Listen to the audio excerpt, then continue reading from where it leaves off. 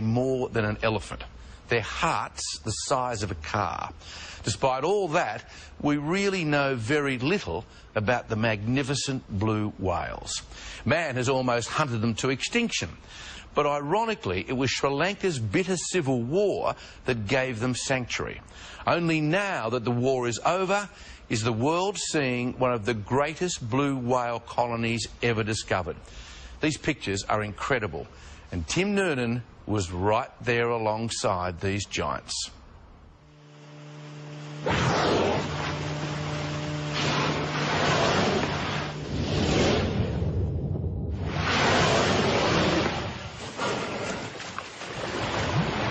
It's the largest animal that's ever roamed the planet. It's immense. It's just unfathomable, I think. It's built so perfectly, so streamlined. It's as if the ocean parts to make way for a living submarine. We're just meters away from the biggest creature that's ever roamed the planet. 30 metres long, weighing 140 tonnes. Pretty huge, huh? I mean, they're all bloody massive. It's really hard to imagine that an animal that large can exist at our doorstep, and we know so little about it. We're on a scientific expedition to a kingdom of rare blue whales located off the coast of Sri Lanka.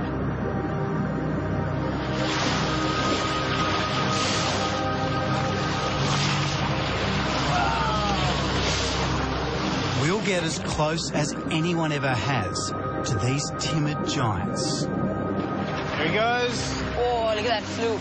That's nice. That's really nice. But no one expected this. Look how close he is. Oh my God, it's coming up.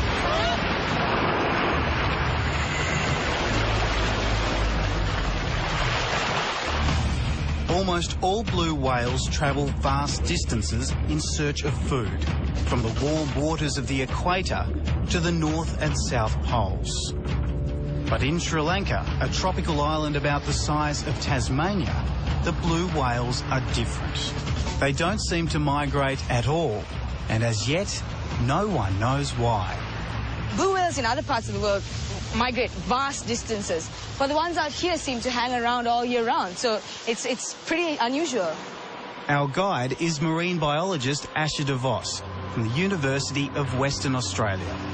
Asher was born in Sri Lanka and leads the first major study of these unique blue whales. This is the least known population of blue whales in the world. But until now, it hasn't been safe to research these whales, has it? No, we've just come out of a 30-year civil war, and during that time we didn't have access to these whales. We couldn't go out to sea. But now we've got the opportunity, and it's a time for us to really try to understand these populations.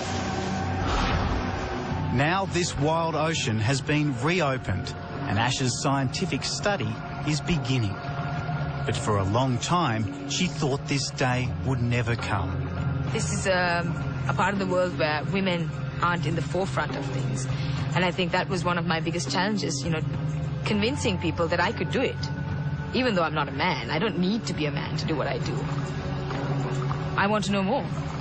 I want to know more about the largest animal that's ever roamed the planet. We don't know anything about it, and it's hard for me to understand how these huge creatures can be just there, and we know next to nothing. Oh, whale. Is that a blue? Yeah, it's a blue. There's a blue right out there. We're 20 kilometres off the southern tip of Sri Lanka. There she is. Just there. There he is, there he is. Whoa.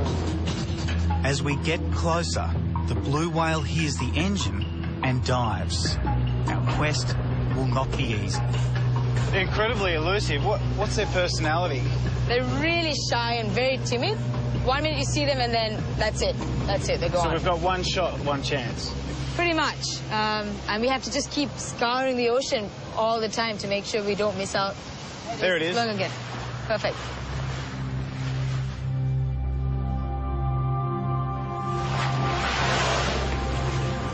This whale doesn't get spooked.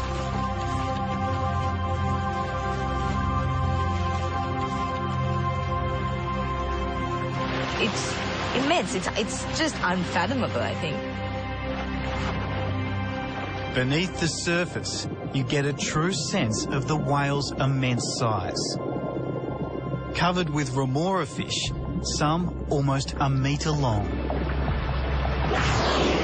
We kind of think its heart is the size of a small car. We think a child could crawl through its arteries. The tail from tip to tip would be about 3 meters. It's so huge, but when it moves, so gentle and absolutely graceful. When it's about to dive, and it lifts its tail out of the water and just slithers gently into the water. There's no huge splash. There's, it's just, I don't know, it's just so smooth and clean.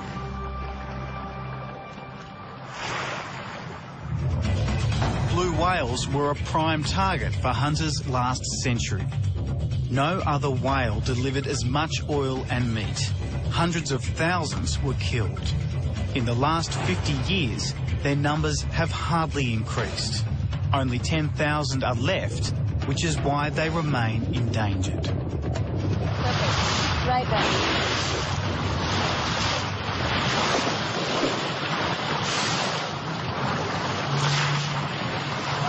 Asher photographs skin markings and tails which are called flukes. They're a whale's fingerprints. Her photo album is the first whale census here. She's also marking the exact location of every whale we see.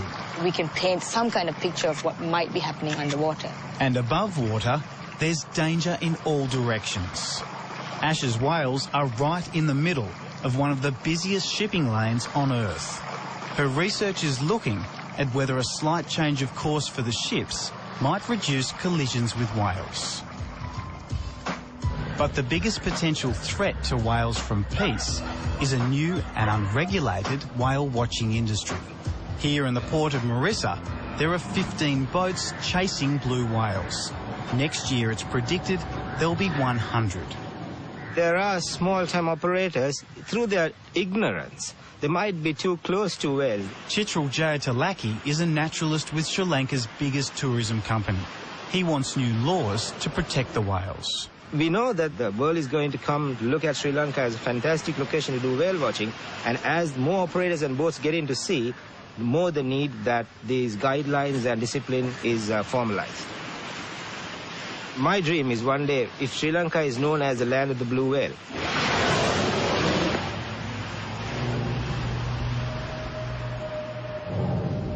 Asher's blue whale sightings are plotted over a map of the ocean, and a pattern is emerging.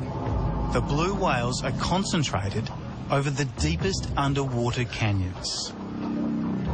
This dark patch is where the canyon is. And you can see our sightings are pretty much spot on top of the canyon. So obviously, the canyon, there's processes going on in the canyon that are encouraging the whales to hang around there, making it more productive, giving them more food. The biggest living creature eats one of the smallest, krill, tiny shrimp about the size of a 10-cent piece. They need as much as 4 tons a day. Wow, look at that! We're so close. This is amazing. This is an amazing experience. It's almost like, I feel like I've almost never seen a whale before. I get that excited. It's just phenomenal. I don't know. But there is an unpleasant side to Asher's research. I wouldn't even describe it as fishy. It's kind of, it's not pleasant. This is blue whale poo. And yes, it's orange. So what scientifically can we learn from this? One thing is when you see it, you know immediately that this is a feeding area. And then on top of that, you can find out what species they're feeding on, what kind of krill. There are other whales here as well. These are sperm whales.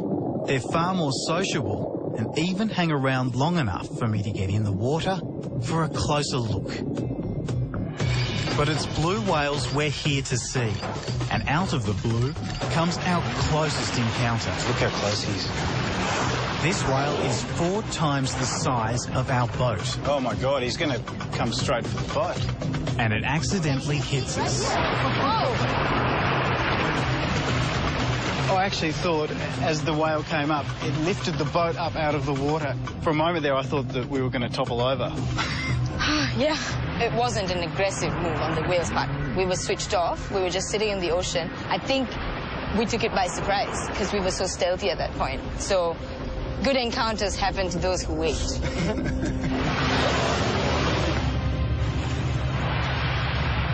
Every encounter means I learn something new.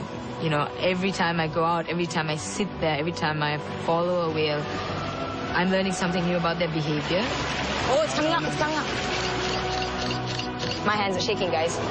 My heart is racing. I can't even. And I have seen hundreds of these whales.